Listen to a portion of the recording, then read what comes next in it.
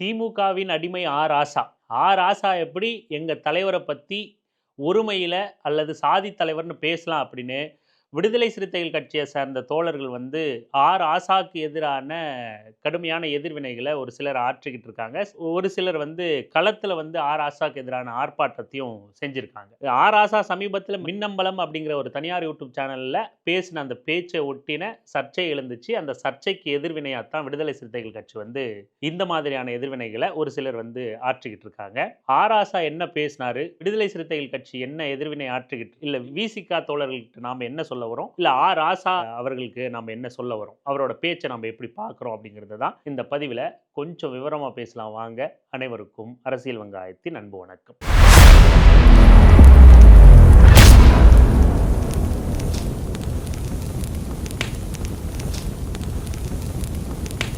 திருமாவளவனாக இருக்கட்டும், வேறு எந்த சாதி தலைவராக இருக்கட்டும், அரசியல் ஒரு பெரிய அரசியல் தலைவரை பார்க்குறேன். நான் இன்னும் அவரை விட சாதிக்காக போராடுற தலைவர் விட்டுருங்க, யாராச்சும் சொல்ல சொல்லுங்க. இந்த நிகழ்ச்சி நடந்து வந்து ஒரு 3-4 நாட்கள் வந்து ஆயிடுச்சு. பொங்கலை ஒட்டி இல்லை பொங்கலுக்கு முன்னாடி நடந்துச்சுன்னு நினைக்கிறேன். அது வெறும் ராசா மட்டும் பங்கெடுத்த ஒரு நிகழ்ச்சி இல்லை. அந்த மாதிரி எல்லா கட்சியை சேர்ந்தவங்களும், எல்லா கட்சி மீன்ஸ் அதிமுக சார்ந்த ஒரு நபரையும் பேச வச்சுருந்தாங்க, சீமானையும் பேச வச்சுருந்தாங்க, திமுக சார்பில் ராசா பேசியிருந்தார், விஜய் கட்சி சார்பில் இவர் நிர்மல்குமார் வந்து பேசியிருந்தார். இப்படி நம்ம அந்தந்த கட்சிகளை கூப்பிட்டு வந்து ஒரு 4 கட்சியை கூப்பிட்டு வந்து ஏன் உங்களுக்கு இந்த மக்கள் வாக்களிக்கணும் இந்த 2026 தேர்தலில் அப்படின்னு சொல்லிட்டு ஒரு ஒரு ஒரு நிகழ்ச்சி அது. அந்த நிகழ்ச்சியில் ஒவ்வொரு கட்சியை சேர்ந்தவங்களும் சீமான் உட்பட எல்லாரும் அவங்களோட தரப்பு வாதங்களை மக்கள் முன்னாடி வைக்கிறாங்க. இதுக்காக எங்களுக்கு நீங்கள் வாக்களிக்கணும், இதுக்காக எங்களை நீங்கள் தேர்ந்தெடுக்கணும் அப்படின்னு. இதில் சீமான் பேசுனது குறித்து நம்ம கடந்த பதிவிலே ரொம்ப காட்டமான பதிவை நம்ம பதிவிட்டிருந்தோம்.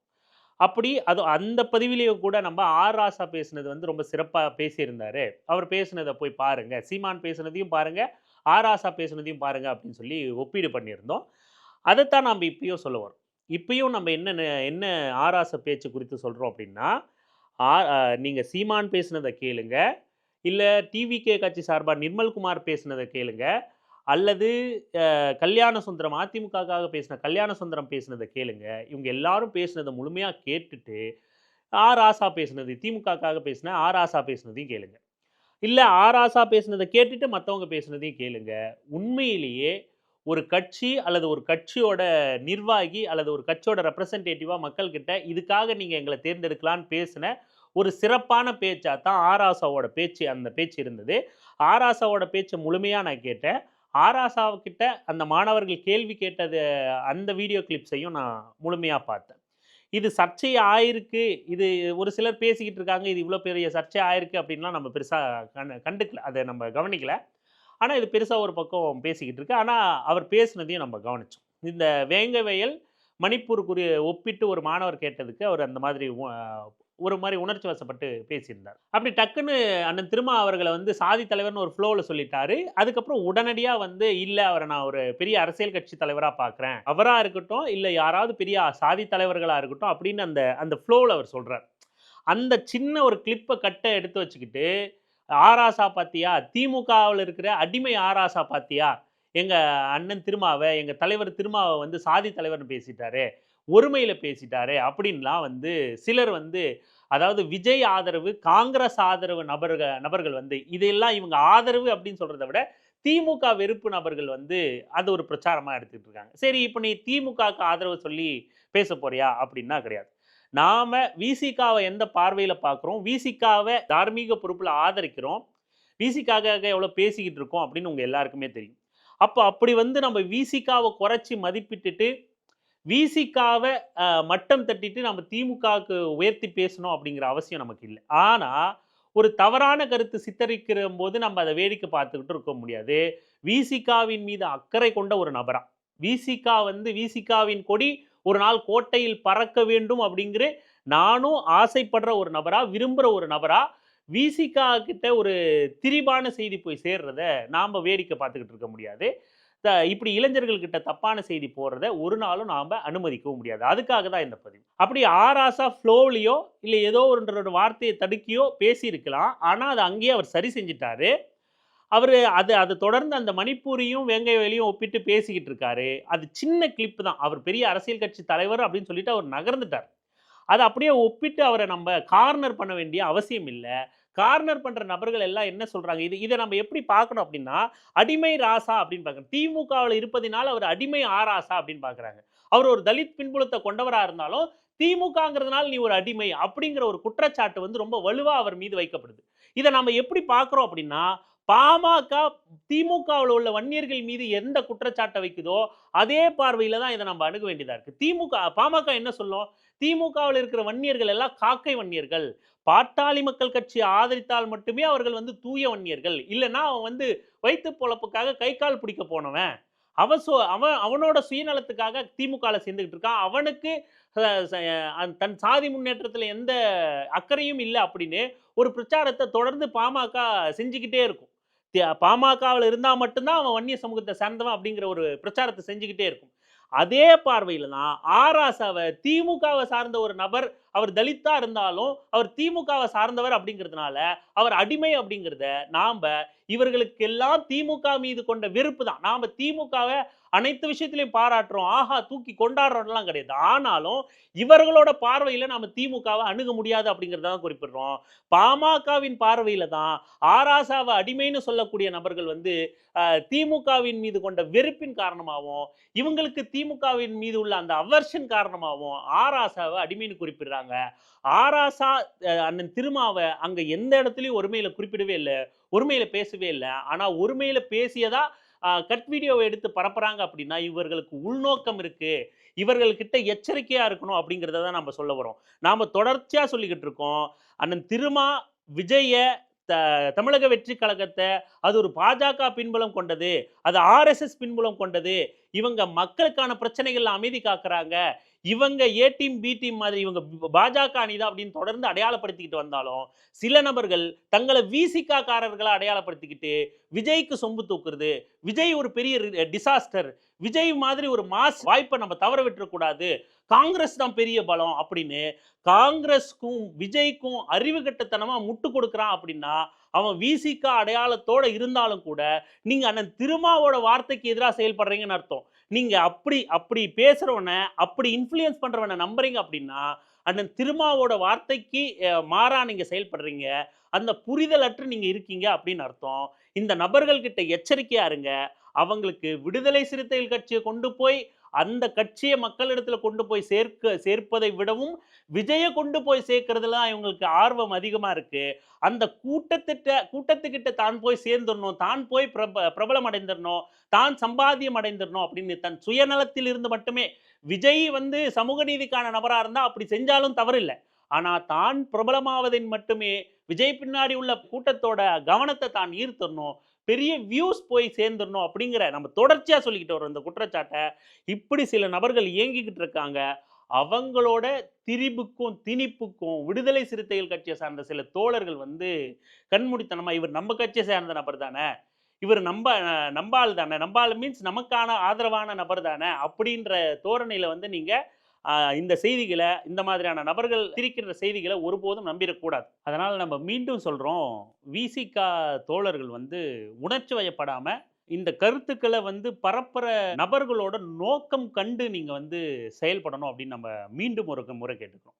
கூடுதலா இதுல இன்னொரு விஷயத்தை நம்ம வந்து தெளிவுபடுத்த கடமைப்பட்டிருக்கோம். திமுகவில் இருப்பதினால் ஆராசா அடிமை அப்படிங்கிற அதை நம்ம ஏன் திரும்ப திரும்ப வரோம் அப்படின்னா, கொத்தடிமைகள் திமுக நபர்கள் அப்படின்னு சொல்லிட்டு ஒரு மாதிரி தொடர்ந்து பிரச்சாரம் செஞ்சுக்கிட்டே இருக்காங்க. ஏன்னா அவங்க வந்து கலைஞரை ஏற்றுக்கிட்டாங்க, கலைஞருக்கு அப்புறம் ஸ்டாலினை ஏற்றுக்கிட்டாங்க, ஸ்டாலினுக்கு அப்புறம் உதயநிதியை ஏற்றுக்கிட்டாங்க, அதுக்கப்புறம் தொடர்ந்து வாரிசுகளை ஏற்றுக்கிறாங்க. அதனால கொத்தடிமைகள் வந்து திமுக காரர்கள், நீங்க பேசலாமா அப்படின்னு சொல்லிட்டு. முதல்ல திமுக வந்து அந்த மாதிரி வாரிசு அடிப்படையில் வந்த இயக்கம் கிடையாது. திமுக ஆரம்பிக்கப்பட்டதும் சரி, அண்ணா இருந்தாரு, அண்ணாக்கு பிறகுதான் கலைஞர் வந்தாரு, அதற்கு பிறகு அவர்கள் வழியில தொடருது. அது அவங்க உட்கட்சி விவகாரம். அது அண்ணன் திருமாவே கூட பல இடத்துல பேசியிருக்காரு. நம்ம அதுக்குள்ள போக வேண்டாம்.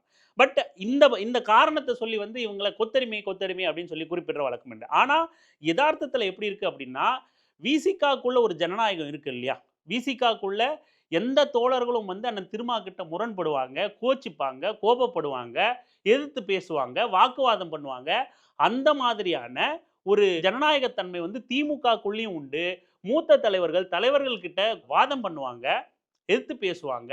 அவங்க சுதந்திரமான கருத்துக்கள தெரிவிப்பாங்க. திமுகக்குள்ள ஒரு சுதந்திரமும், ஜனநாயகமும் உண்டு. அதிமுக மாதிரியோ, பாமக மாதிரியோ அடிமைத்தனம் கொண்ட கட்சி கிடையாது.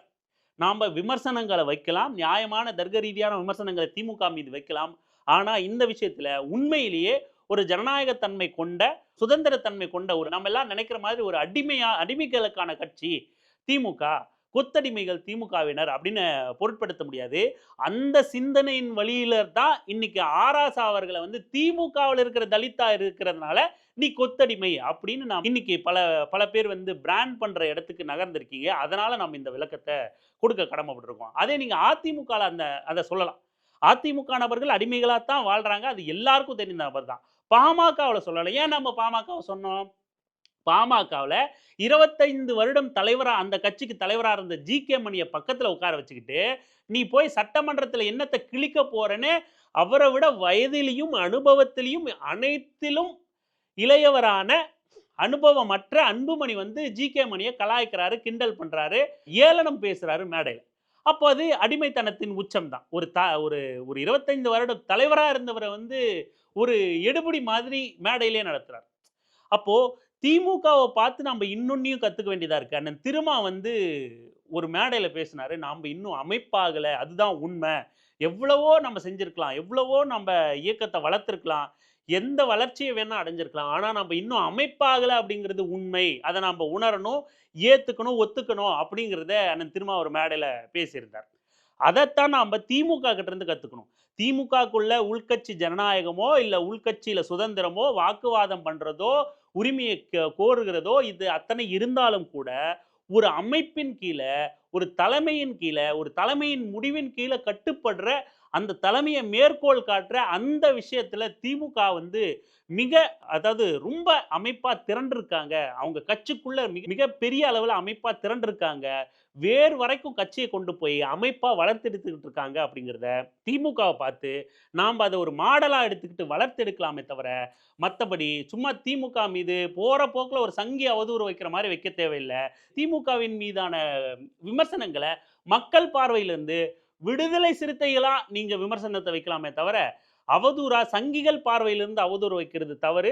ஒரு சிலர் உணர்ச்சி வயத்தால தகவல் வந்து சரியா வராததுனால இந்த மாரி ஏதாவது நடந்துரலாம். ஒட்டுமொத்தையும் இந்த இந்த விஷயத்த நாங்க இன்னைக்கு அப்படி கையாண்டது தவறு அப்படின்னு சொல்ல வரல.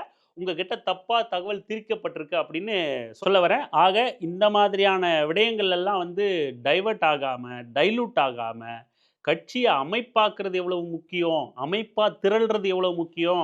இன்னமும் நம்ம தலைவர் வந்து நம்ம அமைப்பாகலன்னு சொல்றாரே, அப்ப நம்ப அத எங்க தவற விடுறோம்? அப்படிங்கிறதுல கவனம் செலுத்தணும். புல்லுருவிகள் வந்து நம்மள திசை திருப்புறதுக்கெல்லாம் நாம வந்து ஆட்பற்றக்கூடாது அப்படிங்கிறத நான் மீண்டும், மீண்டும், மீண்டும், மீண்டும் வலியுறுத்த கடமைப்பட்டிருக்கேன். அமைப்பாய் திரளணும். அப்பத்தான் அதிகாரத்த அடைய முடியும். கோட்டையில விசிகாவோட கொடி பறக்க முடியும். தமிழ்நாட்டோட நலன் கருதி நாங்களும் விசிகாவின் கொடி கோட்டையில பறக்கிறத எதிர்பார்த்துக்கிட்டு இருக்கோம். அதுக்கு மக்கள்கிட்ட மனமாறுதல் தேவை. இந்த மாதிரி அவதூறுகளுக்கு, கருத்திரிவுகளுக்கு நாம வந்து டைல்யூட் ஆகிக்கிட்டு இருக்க தேவையில்ல. இப்போ ஆராசாவுக்கு எதிரான இந்த மாதிரியான தீவிரமான எதிர்வினைகள் வந்து தேவையற்றது.